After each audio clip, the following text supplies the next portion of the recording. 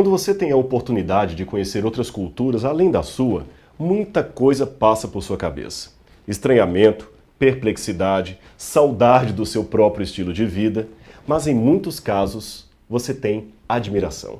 E se tem uma coisa dos judeus que eu aprecio muito, é o significado religioso ou espiritual do uso de um pequeno chapeuzinho na cabeça que eles chamam de kippá.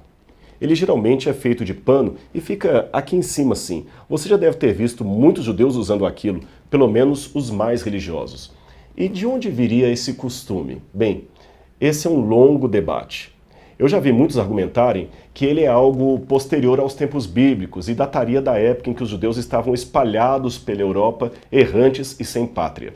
Contudo, existe a possibilidade de que as raízes, pelo menos, deste costume sejam bem mais antigas e vêm dos tempos bíblicos. Aliás, várias passagens da Bíblia mencionam judeus que cobriam a cabeça, pelo menos em situação de lamento ou angústia. Por exemplo, 2 Samuel capítulo 15, verso 30, fala de Davi subindo ao Monte das Oliveiras, chorando e tendo a cabeça coberta.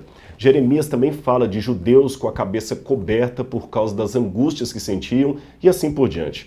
Mas eu me lembro que também há 2 versos, Isaías 61, 3 e 10, onde Deus parece cobrir a cabeça dos seus filhos, mas desta vez em sinal de salvação.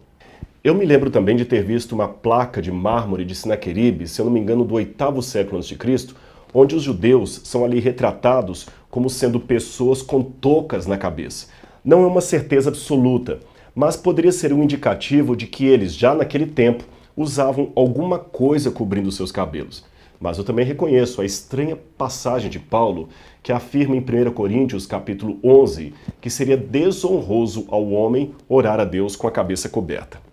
Deixando, porém, isso de lado, indo direto ao ponto, a palavra kippá, aquele chapeuzinho, vem da mesma raiz hebraica da palavra cobrir, perdoar.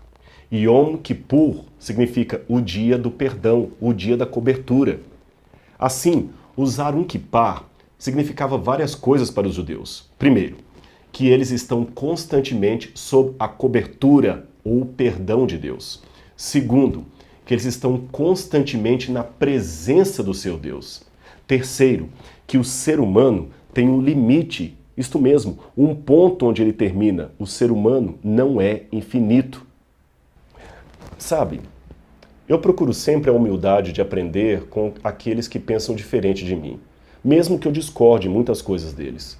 Eu não sou judeu e por isso não vou usar um kippá, que é a marca registrada deles. Mas seria interessante aprender com esse princípio e viver constantemente na presença do meu Deus, quer eu esteja ou não numa igreja, quer esteja ou não em oração. E o que seria a essência da vida devocional cristã, se não a consciência ativa e constante de que eu estou sempre na presença do meu Deus? Mas não de um Deus carcereiro que fica me vigiando ali para ver se eu vou fazer alguma coisa errada, não, mas na presença de um Deus de amor, diante do qual a minha atitude será sempre de reverência, de carinho, de êxtase, quer eu esteja num culto, quer eu esteja negociando a venda de um carro. Estou sempre na presença de Deus. Isto sim seria, em minha opinião, o sentido mais pleno da realidade dita por Cristo à mulher samaritana. Você conhece o episódio. Ele fala da chegada do dia em que os verdadeiros adoradores de Deus o adorariam não somente em Jerusalém ou no Monte Gerizim, mas o adorariam constantemente em todo tempo, em todo lugar. O adorariam, enfim, em espírito e em verdade. Cada avanço nesse sentido redundará na firme resistência a tudo aquilo que não pertence ao reino de Deus. Resista ao diabo e ele fugirá de você.